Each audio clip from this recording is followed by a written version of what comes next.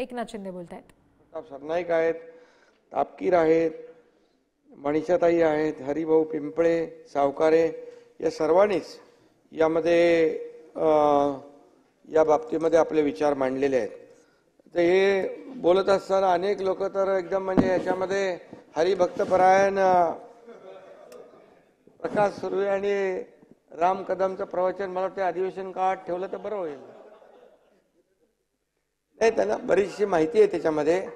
आणि खऱ्या अर्थाने ही महाराष्ट्र ही आपली संतांची भूमी आहे. अध्यक्ष महोदय,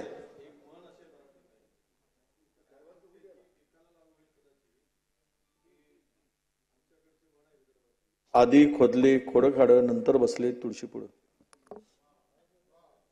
ते काय कळलं नाही, कळलं नाही. ते आधी बसले काय विसरले, आधी काय खोदले आधी खोदिले खोड खाड, नंतर बसले तुळशी पुळ. त्यांना लागू होते म्हणून सांगितलं. अर्थ सांगू? नाही, मला वाटतं तो तुमच्यापर्यंत येईल. इकडे थांबा, सांगू नका. चला आता अर्थाचा अनर्थ निघेल, पुढे जाऊया. अर्थाचा अनर्थ होईल आणि तिथपर्यंत पोहोचेल. त्यामुळे महाराष्ट्र ही विजयभाऊ संतांची भूमी आहे आणि म्हणून महाराष्ट्रामध्ये अनेक संत होऊन गेले.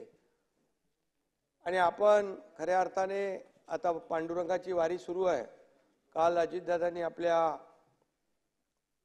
अर्थसंकल्पीय भाषणामध्ये मुख्यमंत्री वारकरी संप्रदाय महामंडळ केलं. खूप मोठा आनंद वारकऱ्यांमध्ये झालाय त्यांना. आणि आपण पहिल्यांदा आपल्या सरकारने दिंडीला 20,000 रुपये एक अनुदान म्हणा, जे काय म्हणा, कारण ते मदत म्हणा, कारण ते जेव्हा वारीला जातात अनेक विषय घेऊन समाज प्रबोधनाचं काम करतात, जे राज्याच्या हितासाठी विषय असतात. मग पर्यावरण असेल, अनेक विषय असतील. आणि त्यामुळे आपण त्यांची मागणी होती त्याप्रमाणे तात्काळ हे सर्वसामान्यांचं सरकार आहे आणि वारकऱ्यांचं, कष्टकऱ्यांचं, कामगारांचं, माता भगिनींचं, युवकांचं हे कालच्या आपल्या बजेटमध्ये आम्ही दाखवून दिलेलं आहे. विजय भाऊ, आपल्याला माहीत आहे की महिला भगिनींना देखील जी काही योजना आम्ही काल केली, आपल्या सगळ्यांना त्याचा फायदा होणार आहे. आणि आज आपला प्रपंच उदरनिर्वाह चालवत असताना, आपला कुटुंबाचा गाडा चालवत असताना थोडा का होईना त्यांना शासनाच्या वतीने एक मदतीचा हात देण्याचं काम आपण केलं आणि त्यामुळे देखील ते आनंदित झालेले आहेत. मुख्यमंत्री माझी लाडकी बहीण योजना, त्यामध्ये मग काही लोक म्हणाले अरे लाडका भाऊ कुठे गेला, तर लाडका भावाचं पण आम्ही त्याच्यामध्ये नियोजन केलं की जे तरुण आहेत, बेरोजगार आहेत, त्यांना आम्ही 10,000 रुपयाचं जे काय अप्रेंटिसशिप आहे ती देण्याचा निर्णय घेतला. यामधून त्याला कामही, नोकरी मिळाल्यानंतर त्याच्या जागी दुसरा येईल, तो ते अप्रेंटिसशिपचे पैसे घेईल. त्यामुळे लाडका भावाचाही काल आम्ही तो निर्णय घेतला. त्यामुळे जसं तुमच्या सूचना असतील त्या आणि त्याच्यामध्ये आम्ही इन्क्लूड करत जाऊ. आणि महिलांना सगळ्यात महत्त्वाचं म्हणजे जेवण शिजवण्यासाठी गॅसचे भाव वाढले, कसं होणार. ताई इकडे आहेत आणि ती चिंता असते, ती चिंता देखील आमच्या अजितदादांनी दूर केली. आणि 3 सिलेंडर जे आहेत ते मोफत देण्याचा निर्णय आम्ही घेतला. विजय भाऊ, 3 सिलेंडर मोफत देण्याचा. त्यामुळे काही विरोधी पक्ष मोफत सिलेंडर दिल्यामुळे गॅसवर आलेत, ते ठीक आहे, असू दे, त्याच्यामध्ये शेवटच्या दिवशी बोलतो मी. पण आणि त्याचबरोबर आपण शेतकऱ्यांना देखील, तुम्ही म्हणाले शेतकऱ्यांना काय दिलं, शेतकऱ्यांना विजय भाऊ आतापर्यंत तुम्ही आपल्या छातीवर हात ठेवून मला सांगा, आतापर्यंत खरं आकडेवारी तुम्ही बघा. तुम्ही विरोधी पक्ष नेता, तुम्हाला सगळं आकडेवारी मागण्याची अधिकार आहेत, बघण्याचा अधिकार आहे. आणि आतापर्यंतच्या इतिहासामध्ये अतिवृष्टी, अवकाळी आणि गारपिटीला 15,000 कोटी रुपये 2 वर्षात कधीच दिले नव्हते. आम्ही एनडीआरएफचा नियम मी काय सांगतोय, तुम्ही नेहमी शेतकऱ्यांच्या तोंडाला पानं पुसली, शेतकऱ्यांना फसवलं, त्याच्यामुळे मी बोलतोय. आणि म्हणून मीडियाला पण मी काय सांगितलं, तुम्ही विरोधी पक्षाने सांगितल्यानंतर कधी आम्हाला विचारा खरी वस्तुस्थिती काय, तसंच त्याच्यामध्ये जातं. तर NDRFच्या दुप्पट आम्ही विजयभाऊ दिले की नाही, आम्ही निर्णय घेतला की नाही घेतला असेल तर सांगा. नाही घेतला. मिळाले ना 15,000 कोटी रुपये. आणि 2 हेक्टरचे ताई बघा, हा एकनाथ शिंदे कधी आयुष्यात खोटं बोलला नाही, खोटं बोलणार नाही आणि जे बोलला ते करणार. डीबीटीने दिले, डीबीटी 15,000 कोटी विजयभाऊ. आणि दुसरी गोष्ट ऐका, दुसरी गोष्ट सततच्या पावसामुळे होणारं नुकसान कधी मिळत होतं ते आपण द्यायला लागलो. 1 रुपयामध्ये पीक विमा योजना आपण चालू केली. काही ठिकाणी त्याच्या पैशाचं वाटप झालं. आज शेतकऱ्यांना प्रीमियम भरायचं, आम्ही त्यांचं संकट, त्यांची जबाबदारी आमच्यावर घेतली. अरे 6,000 रुपये केंद्र सरकारने मोदीजीने दिले, त्यात आणखी 6,000 रुपये कधी टाकले होते सरकारने? सांगतो तुम्हाला. अरे बाबा, हे कालचा विषय, त्याच्यामध्ये चांगलं ऐकायचं. 6,000 रुपये तुम्ही म्हणजे 12,000 रुपये. अध्यक्ष महोदय, हे जे खोटं बोलतात, उत्तर होऊ दे. खोटं बोला, विरोधी पक्ष नेते उत्तर होऊ दे. खाली बसा. नाही अध्यक्ष, हे बरोबर नाही, हे बरोबर नाही, हे बरोबर नाही. अरे तुम्ही ऐका विजय भाऊ. नाही, विरोधी पक्ष नेते बरोबर नाही. खरं ऐकायची सवय ठेवा. खरं ऐकायची सवय ठेवा. खरं विजय भाऊ, तुम्ही माझे मित्र आहात. अरे खरं ऐकायची सवय ठेवा ना. नेहमी काय ते बाकी लोकांसारखं तुम्हाला पण लागलाय सवय. खोटं बोला पण रेटून बोला. अरे असं काय चालतंय काय? वाहन नाही पण गुण लागला तुम्हाला चांगलं समजत होतो. आपले मित्र आहात तुम्ही. आणि म्हणून मी सांगतो तुम्हाला, हे सरकार, या सरकारने काल शेती पंपाचं पण बिल माफ करण्याची हिंमत दाखवली. अरे ऐका ना, हिंमत दाखवली. येतो आणि युवकांना पण 10,000 रुपये देण्याचं धाडस आम्ही केलं की नाही. आता तुम्ही एवढंच बघा, तुमचे लोक काही लोक काय म्हणतात, कुठून देणार? अरे आम्ही लोक सरकारमध्ये इथे आहोत. तुम्हाला त्यांच्या खात्यात डीबीटी गेल्यावर कळेल की नाही, डीबीटीने पैसे गेल्यावर कळेल की नाही. आणि 1 जुलै पासून लगेच लागू विजयराव, 1 जुलै पासून. आणि आमचे दादा जे बोलतात, GR काढला, दादा का वादा पक्का रहता है. GR वाचा. आणि हे बघा GR हे घ्या.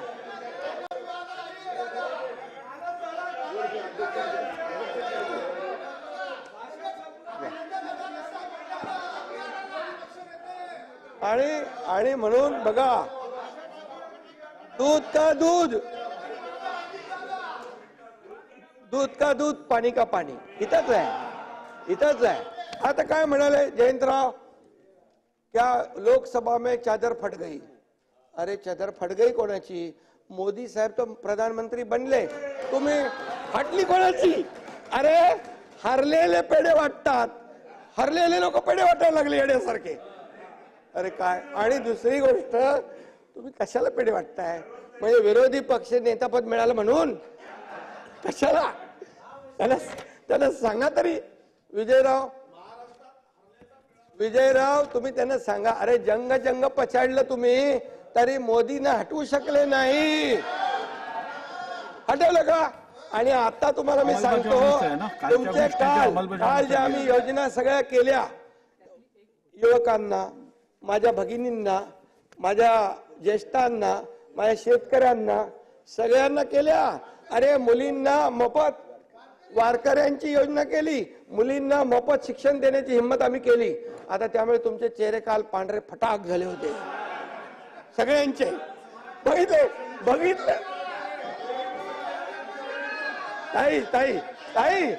ताई यांचे चेहरे ना मी बघत होतो बोलताना मीडियावर. विजयराव नव्हते तिकडे, त्यांची नावं घेत नाही कोण कोण होते. विजयराव नव्हते, त्यांना माहित आहे हे सरकारच्या विरोधात कसं बोलणार आपण, कारण सरकार देणारं सरकार आहे. त्यामुळे ते गेले निघून. आणि बाकी लोक होते, त्यांचे चेहरे मी बघत होतो. त्यांना वाटलं होतं एवढं या अधिवेशनामध्ये लोकसभेत थोड्या जादा जागा मिळाल्या, खोटं नरेटिव्ह पसरवून, फेक नरेटिव्ह पसरवून संविधान जाणार, मतं मिळाल्यानंतर ते एवढे फुगले होते की आता विधानसभा जिंकलीच म्हणून समजा. अरे काल आम्ही जाहीर केल्यानंतर सगळ्यांचं सुतक झालं होतं. सुपडा साप. आणि म्हणून मी सांगतो 2 वर्षामध्ये जे निर्णय आपल्या सरकारने महायुतीच्या घेतलेत त्याचा एक एक निर्णय वाचा, तुम्ही वाचा, बघा. आम्ही घेतलेले निर्णय त्याचं अंमलबजावणी केली आहे. अरे तुम्ही 2.5 वर्षामध्ये 3 सुप्रमा दिल्या होत्या जलसिंचनला, आम्ही 121 सिंचन दिले. 121. अरे विजयराव 121. आणि म्हणून मी आपल्याला सांगतो, नाही थांबा माझा ऐका पहिला, नंतर ऐकतो तुमचा. नाही, आणि म्हणून त्याला हिंमत लागते, त्याला हिंमत लागते. म्हणून तुम्हाला मी सांगतो, म्हणून आता हे पैसे आता बघितलं, GR बघितला, GR बघितला तुम्ही, GR बघितला हो, GR बघितला का? GR बघितला, खरं आहे ना? आहे ना?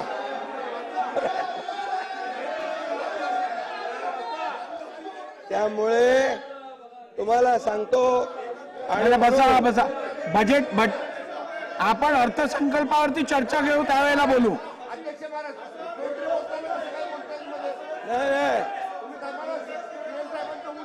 मुख्यमंत्री बोलतायत आणि म्हणून विरोधी पक्ष नेते. बसा, बसून घ्या, बसून घ्या. मंत्री महोदय बसून घ्या, बसून घ्या, बसून घ्या. बसा बसा. हे बघा, सभागृहात मी स्वतः उभा आहे, अध्यक्ष उभे आहेत. डेकोरम पाळा. आपण बसून घ्या, बसून घ्या. दोन्ही बसून घ्या, बसून घ्या. पहिली दोन्ही बाजूनी बसून घ्या, बसून घ्या. ताई खाली बसा, खाली बसा. राम कदमजी आपण आपल्या जागेवर बसा. नाही, काय झालं अध्यक्ष महोदय, बघा, खरं जे मी बोललो त्याच्यात एकही शब्द खोटा असेल तर त्याच्यातून काढून टाका. खरं बोलण्या, खरं ऐकण्याची सवय ठेवा विजयराव, खरं ऐकण्याची सवय ठेवा. आणि तुम्हाला मी सांगतो, आणि तुम्हाला सांगतो, नाही अरे त्याचाच आहे. नाही, खाली बसून बोलू नका असं. आणि म्हणून वारकरी नाही, याच्यामध्ये वारकऱ्यांचाही विषय होता ना, त्यामुळे आम्ही तो वारकरी, शेतकरी सगळे सोबत घेतले. आता तुमचा काय त्याला विरोध आहे का? वारकऱ्यांना आहे का विरोध? शेतकरी कोण आहे? शेतकरी दिंडीमध्ये जाणारा वारकरीच आहे.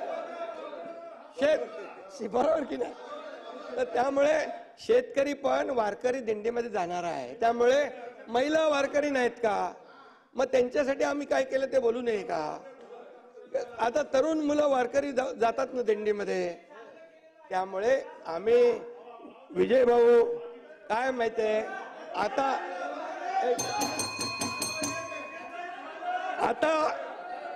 हे बघा, एक लक्षात घ्या. नाही, हे अत्यंत चुकीचा पायंडा या सभागृहात आपण पाडत आहात. राज्याचे सन्मान्य मुख्यमंत्री लक्षवेधीला उत्तर देत असताना असं डिस्टर्ब करणं योग्य नाही. आता या पुढे जर डिस्टर्ब झालं तर मला कठोर कारवाई करायला लागेल. आणि म्हणून नाही, दोन्ही बाजूला मी आपल्याला आहे बाबा, आपलं शांत बसा. मी आपल्याला एवढंच सांगतो की कालचा जो काही अर्थसंकल्प आहे त्यामध्ये हे सगळेजण वारकरी आहेत, शेतकरी आहेत, कष्टकरी आहेत, कामगार आहेत, महिला आहेत, सगळे लोक ज्येष्ठ नागरिक आहेत. आणि हा ज्येष्ठांचा विषय आहे ना, आजचा हा ज्येष्ठ नागरिकांचा विषय आहे. आपला सिनियर सिटीजनना आपल्याला यात्रा करायची आहे, बरोबर? आता त्याच्यामुळे अनुषंगाने हे सगळे विषय आले. आणि आता तुम्हाला मी सांगतो, बघा, आता हे सर्व आम्ही केल्यामुळे, योजना केल्यामुळे आता तुम्हाला तुमचं फेक नॅरेटिव्ह चालू शकत नाही. जनता वास्तवता काय आहे ते आता जनतेने ओळखलेली आहे. तुम्ही एवढं सगळं करून पण आवाड तुम्ही नव्हते, एवढं करून पण पंतप्रधान पदापासून मोदींना रोखू शकले का तुम्ही? नाही रोखू शकले. रोखू शकले का? अरे थांबा. महाराष्ट्र म्हणजे बघा, ऐका तुम्ही ऐका. अरे ज्यांना खोटं बोलून तुम्ही मतं घेतली ना, ते आता आमच्याकडे आले, बोले गलती हुई है हमारी. तुम्हाला मी सांगतो, आले तुम्हाला मी सगळं सांगेन. तुम्हाला माहित आहे ते कोण कुठून येतात ते माहित आहे. आणि म्हणून विजयराव हे बघा, विजयराव देतो का तुम्ही उत्तर देतो. आणि म्हणून तुम्हाला मी सांगतो, अध्यक्ष महोदय, मी कधी खोटं बोलणार नाही. मी आयुष्यामध्ये कधीही खोटं बोलत नाही. आणि दुसरी गोष्ट, मी जे करतो ते लपून छपून करत नाही, उघडपणे करतो. आणि मी केलेलं काम सगळ्यांना माहित आहे. 2 वर्षापूर्वी जे काही केलं ते ओपनली केलं आणि तुम्हाला तुमची जागा दाखवून टाकली. आणि म्हणून मी एकच सांगतो अध्यक्ष महोदय, प्रताप सरनाईक यांनी ही योजना जी आणायची विनंती केलेली आहे, या ज्येष्ठ लोकांसाठी, श्रावण बाळांनी पण आपले कावड घेऊन म्हणजे कावड यात्रा केली होती. तर असे अनेक आमचे सदस्य आहेत की ते आपल्या आपल्या मतदारसंघातल्या ज्येष्ठांना तीर्थक्षेत्र यात्रा घडवतात. आता हज यात्रेला पण काही लोक जातात, ते त्यांची यात्रा करतात. आणि म्हणून याच्यामध्ये प्रताप सरनाईक यांनी या योजनेमध्ये हिंदू, ख्रिश्चन, शीख, बौद्ध, जैन धर्मियांच्या महत्वाच्या तीर्थ आहे ना, होतो आहे ना, अरे हो आहे ते तर हज यात्रा आहेच ना.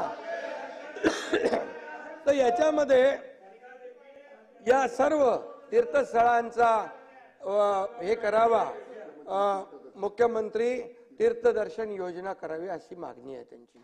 अध्यक्ष महोदय, मी सांगतो आपल्याला की वयोश्री योजना देखील आपण केलेली आहे. ज्येष्ठांना वयोश्री योजना आपण केली. हॉस्पिटलमध्ये आरोग्याची तपासणी असेल, त्यांना औषधोपचार असेल, त्यांना देखील आपण आरोग्य विभागाला मी सूचना दिलेल्या आहेत. त्यांना एक वेगळं, ते गेल्याबरोबर त्यांना उपचार त्यांना मिळाले पाहिजे, ती देखील आपण योजना केलेली आहे. आणि ज्येष्ठांसाठी आपण ही जी काय आता आपण मुख्यमंत्री तीर्थ दर्शन योजना ही आपण सुरू करत असताना याच्यामध्ये आज आपण एक धोरण ठरवूया, एक पॉलिसी ठरवूया, नियमावली करूया. आणि त्याच्यामधून दर वर्षाला किती लोकांना आपण देऊ शकतो, 5,000 लोकांना पाठवू शकतो, 10,000 लोकांना पाठवू शकतो, अशा प्रकारची नियमावली करू. आणि त्या नियमावलीच्या अंतर्गत आपण बाय रोटेशन या ठिकाणी त्यांची ऑनलाईन आपण त्यांचे ऑनलाईन अर्ज मागू. आणि ही योजना जी आहे ही अतिशय सुलभपणे, बघा सगळ्यांची इच्छा नसते, की इच्छा असते पण जाऊ शकत नाही. आणि मग असे जे लोक आहेत ज्यांची ऐपत आहे ते तर आपलं देवदर्शन करतातच, त्यांची मुलं परिवार यांच्या सोबत करतात. पण काही लोक आहेत त्यांची इच्छा असून देखील त्यांना करता येत नाही. म्हणून अशा ज्येष्ठांना आता ही जी आहे, कारण ही महाराष्ट्र ही संतांची भूमी आहे, आणि म्हणून या ज्येष्ठ नागरिकांसाठी मुख्यमंत्री तीर्थदर्शन योजना आम्ही लागू करू. आणि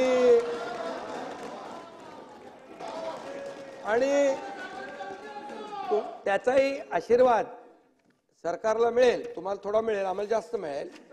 आणि आता इथून पुढे आणखी काही दिवस आहेत, त्याच्यामध्ये बघा नवीन आणखी निर्णय घेऊ आम्ही. म्हणजे निर्णय घेतल्यानंतर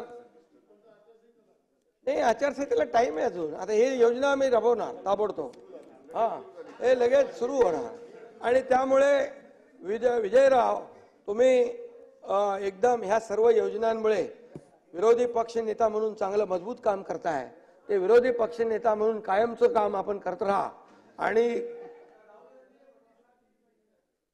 असे तुम्ही काल नाना पटोले आणि या सगळ्यांना सोडून ते गेले आणि तुम्हाला तिकडे मीडियावर तुम्हालाच बघत होतो फक्त. विरोधी पक्ष नेते नव्हते, कारण त्यांना माहित होतं की आता हा जो काही अर्थसंकल्प त्यांचं उत्तर झाल्यानंतर माझं उत्तर होऊ दे झाल्यावर त्यांचं माझं झाल्यावर त्यांचं उत्तर होऊ दे. जयंतराव आले, जयंतराव आले लोकसभा में, जयंतराव चादर वाले आले, चादर चादर चादर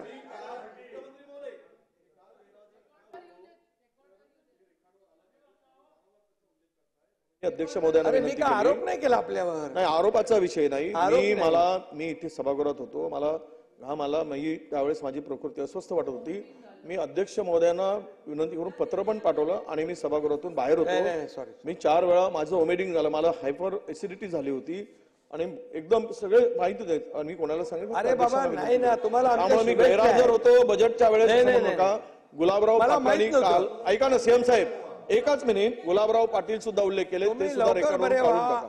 आणि आपण तुम्हाला त्यांना आम्हाला अडवायला पाहिजे विरोधी होतं पक्ष की नेता जर पाहिजे. असं कुठला हेतुआरोप होत असेल तर आपण अडवायला पाहिजे होतं, अशी माझी आपल्याला विनंती आहे. तुम्ही लवकर बरे व्हा. तुम्हाला माझ्या शुभेच्छा आहेत. मजबूत विरोधी पक्ष नेता या राज्याला पाहिजेच आहे. त्यामुळे मी आपल्याला एकच सांगतो, अध्यक्ष महोदय, आता आपण हे धोरण करूया. या धोरणामध्ये एक नियमावली तयार करू आपण, आणि जे लोक आपल्या अशा इच्छा असून देवदर्शनापासून वंचित राहतात त्यांना शासनाच्या माध्यमातून अगदी चांगल्या पद्धतीने, अगदी सुरक्षितपणे त्यांचं देवदर्शन घडेल अशा प्रकारचा निर्णय आपण आता घेतो.